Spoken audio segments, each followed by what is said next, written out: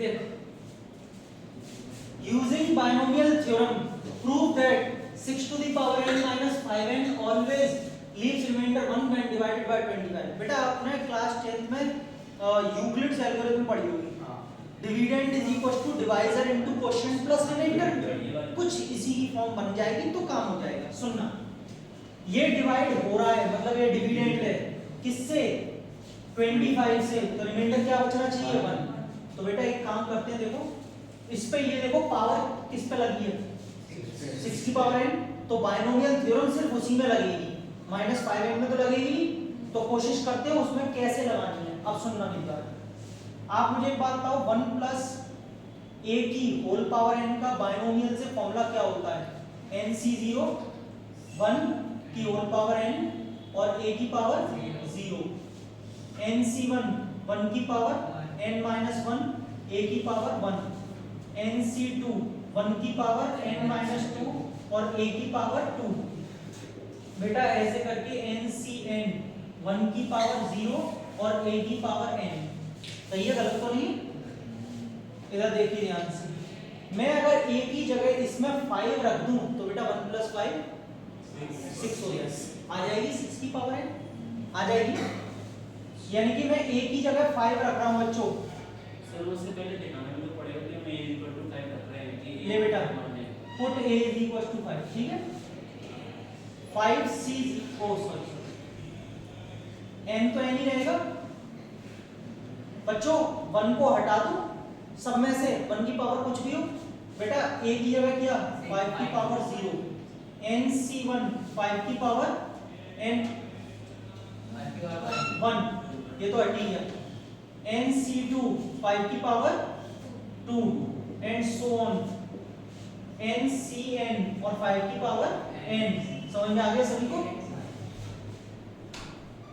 तो बेटा ये 6 टू दी पावर n हो गया, nc0 क्या होता है 1, 5 की पावर 0 1, बेटा nc1 क्या होगा n होगा पक्का 5, nc2 क्या होगा जो भी होगा होने दो, चलो 5 का स्क्वायर 25 एंड सो ऑन। क्या यहां तक सबको अभी समझ में आ रहा है फिलहाल में?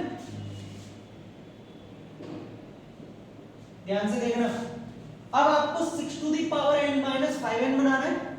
ये क्या है बेटा 5n ही तो है, एक 5n ही तो है, ये इधर जाएगा माइनस हो जाएगा बेटा, ठीक है, 1 एज इट इज रहेगा। बेटा मुझे आपको एक बात बताओ, इसमें 25 आया है क्योंकि ये 5 का स्क्वायर है, आगे जाके 5 का क्यूब आता ना, 5 की पावर 4 आती, 5 की पावर बढ़ती जाती ना, 5 की पावर बढ़ रही है कभी कभी, तो बेटा क्या मैं सब में से 5 की पावर 2 कॉमन ले सकता हूं? 2 से ज्यादा ही आ रहा है, तो 5 की पावर 2 यानी कि 25 सब में से कॉमन ले रहा हूं मैं, तो यहाँ पे क्या बचेगा nc2, बेटा यहाँ पे क्या बचता है एक 5, जिसमें क्या आता है nc3, उसमें 5 ही तो बचता क्योंकि उसका 25 तो हमने यहाँ ले लिया, 5 की पावर 3 आती तो 5 ये तो यहाँ चला गया ना, तभी तो माइनस हो गया ना, सही है, ये वाला तो यहाँ चला गया माइनस हो गया, ये वन ये रहा, इसमें से यहां से लेके यहां तक में से मैंने 5 की पावर 2 कॉमन ले ली है, 25 बन गई।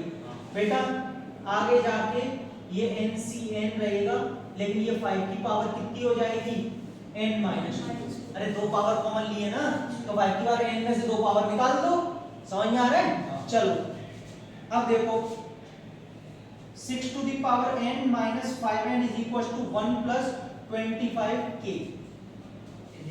सर यहाँ पर मैंने इसको k मान लिया है, किसको nc2 5 nc3 plus and so on ncn और 5 की पावर, बस सही है, हो गया।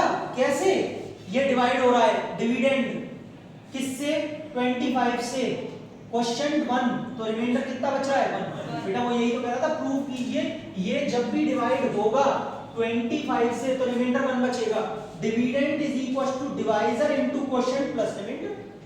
25 से डिवाइड हो रहा है तो कुछ क्वेश्चन में इसको ज्यादा होगा तो आप सीधा करके लिख लो, ये लो, मतलब पहले 25 के लिख लो प्लस का 1 पीछे लिख लो, ठीक है, हो गया। हेंस प्रूव कि ये जब 25 से डिवाइड होगा तो उसमें रिमाइंडर कितना बचेगा 1, और क्वेश्चन तो हमेशा आता ही आता है, समझ में आया?